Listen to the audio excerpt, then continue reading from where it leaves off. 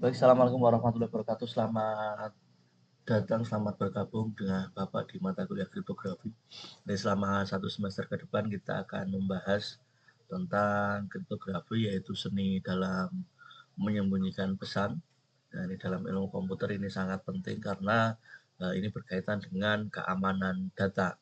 Jadi ketika kita berkirim data, berkirim informasi dalam jaringan komputer, nah maka ini data-data ini harus kita pastikan aman, apalagi saat ini yang sudah jaringannya itu global, ya, internet, di mana ketika data itu tidak kita bekali dengan enkripsi atau dikunci dengan baik, maka akan rentan bocor datanya atau rentan dimasuki sesuatu hal yang tidak kita inginkan. Baik, kita awali dengan membahas dasar kriptografi. Yaitu kriptografi ini adalah seni dan ilmu mengamankan informasi. Pada dasarnya kriptografi itu untuk mengamankan informasi, bagaimana informasi yang ada di dalam komputer kita ataupun yang akan kita transferkan ke orang lain, kita kirimkan ke orang lain, itu bisa aman informasinya. Informasi ini adalah berisi data-data. Nah, kumpulan data-data yang bisa dibaca namanya informasi.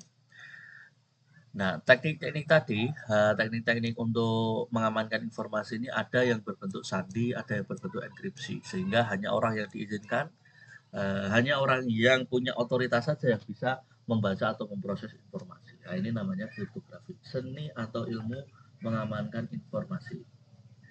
Kemudian tujuannya apa? Tujuannya untuk menjaga kerahasiaan, menjaga integritas, dan menjaga keaslian data. Jadi dengan adanya kriptografi ini kita memastikan bahwa data yang kita miliki, informasi yang kita miliki itu tetap rahasia. Jadi integritasnya dipastikan bahwa data ini atau informasi yang sudah kita enkripsi atau kita sandi itu aman dan asli datanya, tidak diubah-ubah, tidak di kotak-atik, nah, sehingga keaslian datanya itu terjaga. Dalam kata lain, kriptografi adalah cara untuk menyembunyikan atau mengacak pesan agar tidak bisa dibaca oleh orang lain yang tidak berwenang, tapi dapat dibaca oleh orang yang diizinkan. Ini yang perlu kalian garis bawahi. Kemudian sejak kapan Pak kriptografi ini ada? Ini sudah ada sejak 1000-an tahun yang lalu. Nah, ini awal kriptografi termasuk sandi hieroglif Mesir kuno, sandi substitusi, kemudian sandi Caesar. Nah, di mana ini digunakan untuk menyembunyikan pesan ketika ini untuk tujuan militer, ketika akan misalkan mengirim strategi perang agar tidak diketahui oleh musuhnya, maka menggunakan sandi-sandi tertentu. Nah, misalkan ini sandi hieroglif, nah, contohnya seperti ini. Nah, tulisan-tulisan seperti ini hanya orang-orang tertentu saja atau hanya orang Mesir tertentu saja yang dapat membacanya. Orang lain ketika melihat ya hanya sebatas gambar saja. Tapi ketika orang yang sudah tahu, sudah sepakat cara membahasanya, nah ini pembacaannya. Nah, sudah tahu artinya seperti ini, maka ini akan menjadi informasi. Ini artinya apa? Nah, ini tujuannya apa? Pesan yang di dalamnya ini apa? Nah, ini contoh penggunaan kriptografi zaman dahulu. Sandi substitusi, sandi substitusi.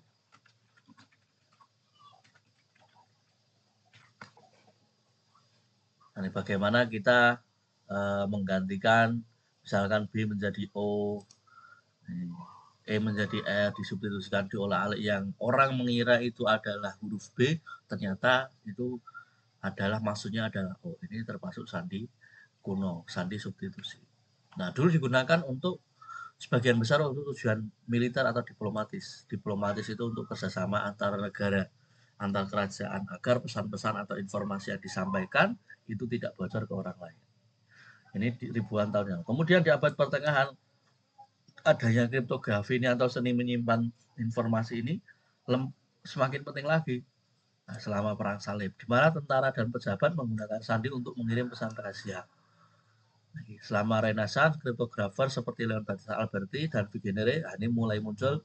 Ini nanti yang istilahnya menjadi kriptografi klasik. Ada Vigenère Jupiter, ada Caesar Cipher dan bagaimana dan yang lain-lain untuk mengenkripsi pesan. Ini sudah mulai ada kuncinya, seperti penggunaan kunci yang lebih kompleks. Tidak hanya sekedar perbedaan alfabet atau sandi-sandi, tapi sudah ada kuncinya. Kemudian di abad ke-20, berarti 1900-an itu lebih pesat lagi. Terutama pada Perang Dunia Kedua ketika tentara dan pejabat menggunakan mesin seperti Enigma, Parpel untuk mengamankan pesan. Jadi ini di abad ke-20 sudah mulai menggunakan mesin sehingga sangat sulit pada saat itu untuk dipecahkan. Karena kalau pakai sandi hieroglif atau pakai Vigenère Cipher itu sudah mulai banyak yang tahu sehingga bisa dipecahkan. Tapi kalau Enigma ini sudah mulai pakai mesin. Nah, sudah mulai pakai pesan.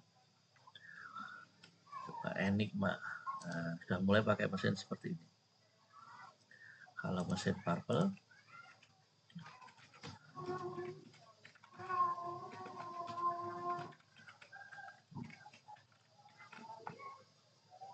hampir sama seperti Enigma.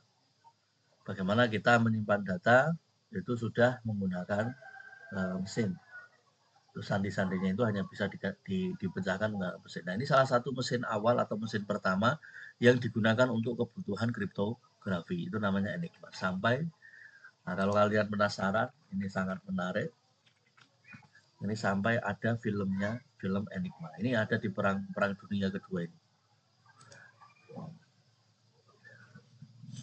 Silahkan kalau penasaran, ini sangat bagus sekali filmnya untuk kalian lebih memahami apa itu kriptografi. Dengan menonton ini mungkin kalian sedikit memahami pentingnya kriptografi.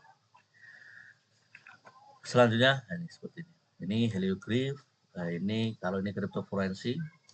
Kriptokurensi itu bagaimana kita menyimpan nilai mata uang dalam sebuah data yang sekarang banyak dikenal sebagai Bitcoin dan sebagainya. Kalau ini Enigma.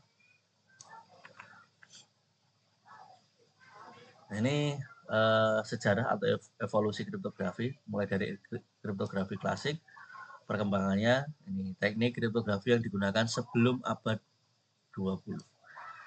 Ini mencakup teknik penggantian huruf, penjumlahan, dan permutasi.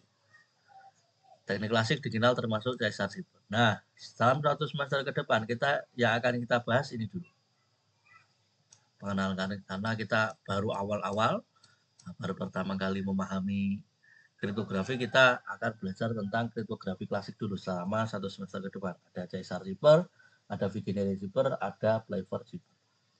Kemudian masuk abad 20 ada kriptografi modern. Ini ada kriptografi kunci simetris, kriptografi kunci publik, dan kriptografi kunci simetris melibatkan penggunaan kunci yang sama. Kalau kunci publik, kunci yang berbeda untuk enkripsi dan dekripsi. Ketika enkripsi kuncinya apa atau sandinya apa, ketika deskripsi atau dekripsi itu kuncinya berbeda lagi. Tapi kalau enkripsi yang simetris, kriptografi yang simetris, kunci yang simetris itu baik enkripsi ketika mengunci maupun membuka kunci itu sama. Kriptografi simetris menggunakan kunci yang sama untuk enkripsi dan dekripsi pesan. Tekniknya ada data encryption standard atau advanced encryption standard. Kalau kunci publik itu ada dua kunci untuk sandi untuk mengunci dan sandi untuk membuka. Ini tekniknya ada RSA, ada Diffie-Hellman, ada Elgamal. Kemudian ada kriptografi kuantis. Ini adalah teknik kriptografi yang digunakan menggunakan prinsip-prinsip mekanika kuantum untuk mengamankan transmisi informasi. Ini dianggap lebih aman dibandingkan kriptografi klasik atau modern karena sudah menggunakan prinsip mekanika kuantum. Kemudian ada kriptografi homomorfik. Ini teknik kriptografi yang memungkinkan komputasi dilakukan pada data terenkripsi. Nah, ini yang sekarang banyak dilakukan karena sudah dilakukan di cloud computing yang sekarang sudah banyak kita gunakan, di mana komputerisasi penyimpanan data itu semua sudah di internet atau di awan. Nah, itu kita dalam mengamankan informasi-informasi itu bisa menggunakan teknik homomorfik. Nah, secara konsep dasar, kriptografi dalam mengamankan informasi dan komunikasi ini adalah mengubah pesan asli. Ini kita pakai warna itu. Mengubah pesan asli menjadi bentuk yang tidak dapat dimengerti oleh pihak yang tidak berwenang. Nah, dalam kriptografi ini kita ada berapa elemen penting, mulai dari enkripsi, dekripsi, sifar, kunci, dan algoritma. Ini misalkan ini pesan. Ini pesan yang akan kita kirimkan. Isinya misalkan data mahasiswa yang nilainya dapat nilai E. Nah, anggap saja dapat nilai itu adalah sebuah pesan penting karena tidak lulus. Nah, ini misalkan Agus mendapatkan nilai E. Nah, ini kalau sampai ketahuan, maka banyak yang akan membuli Agus. Maka kita akan kirimkan ke ketua kelas. Ini anggaplah ketua kelas. Ini dari Bapak, mengirimkan Bapak Agus tidak lulus. Ini ketua kelas. Nah, agar mahasiswa atau orang lain tidak tahu, maka Bapak akan enkripsi. Nah, enkripsi ini adalah proses untuk menyembunyikan pesan itu. Baik itu merubah yang tadinya Agus, kemudian ketika dienkripsi menjadi huruf yang berbeda, misalkan jadi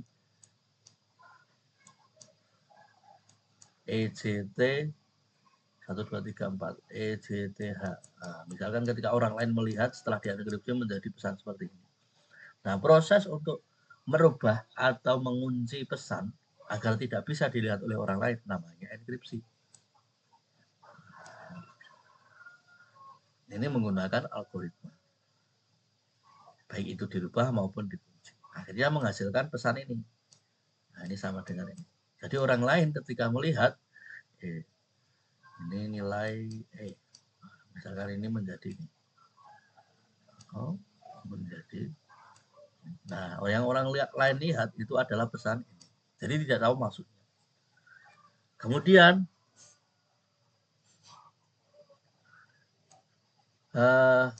pesan ini ketika dibuka dari pesan yang terenkripsi dibuka kembali menjadi Agus sama dengan E.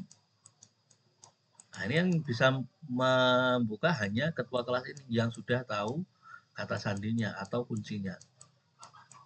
Nah, sehingga bisa membuka. Yang tadinya ketika dilihat seperti ini akan berubah kembali menjadi pesan awal. Nah, ini konsep dasar kriptografi. Enkripsi adalah proses mengubah pesan asli menjadi bentuk yang tidak dapat dimengerti oleh pihak yang tidak berwenang. Dilakukan menggunakan algoritma dan kunci tertentu. Ada algoritma Playfair Cipher, Vigenère Cipher, algoritma RSA, dan sebagainya. Tadi algoritma yang sudah Bapak sebutkan. Proses enkripsi melibatkan perubahan informasi pesan asli menjadi bentuk yang sulit dipahami dan atau diuraikan oleh pihak yang tidak berwenang. Pesan terenkripsi hanya dapat dibaca oleh pihak yang memiliki kunci. Nah, pesan awal atau pesan asli ini istilahnya yang akan kita gunakan ke depan adalah plain text. Nah, ketika disebutkan plain text, maka ini merujuk pada pesan asli atau pesan yang belum dirubah. Kemudian pesan asli dan dienkripsi. Ini enkripsi adalah proses. Nah, proses merubah pesan asli menjadi ciphertext. Nah, ciphertext balik ini. Nah, ini pesan yang sudah dirubah. Ini namanya ciphertext.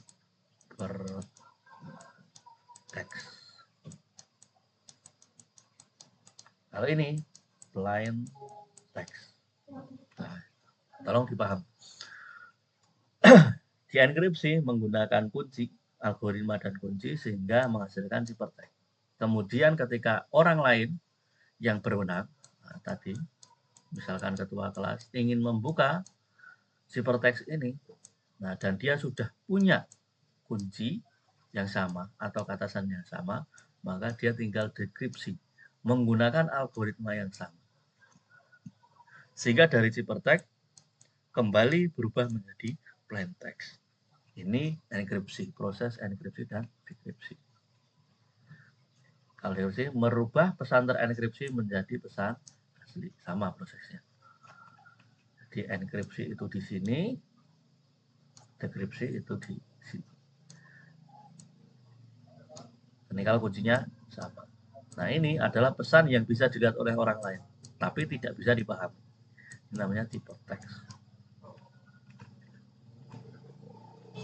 Cipher adalah metode atau algoritma yang digunakan untuk mengenkripsi pesan. Terdapat beberapa jenis cipher, artinya cipher simetris, cipher kunci publik, dan cipher block. Nih cipher itu algoritmanya di sini. Teksnya hasil dari enkripsi. Kemudian kunci, elemen penting yang kemudian digunakan untuk mengenkripsi dan dekripsi pesan. Nih, pesan kuncinya. Ini kuncinya anggap saja masih di tahap algoritma kunci sama, kunci simetris. Simetris atau kunci publik. Tadi kalau kunci publik, nah, misalkan di sini setelah di plain text-nya dienkripsi menggunakan kuncinya A, maka ketika mau didekripsi, mau dibuka tidak bisa menggunakan ini, maka harus menggunakan kunci B. Jadi misalkan orang ada yang tahu kunci yang ini, maka dia tidak bisa membuka. Algoritma adalah serangkaian langkah atau instruksi yang digunakan untuk mengenkripsi dan mendekripsi pesan. Algoritma kriptografi memiliki beberapa jenis: algoritma kunci simetris, algoritma kunci publik, algoritma kunci hash.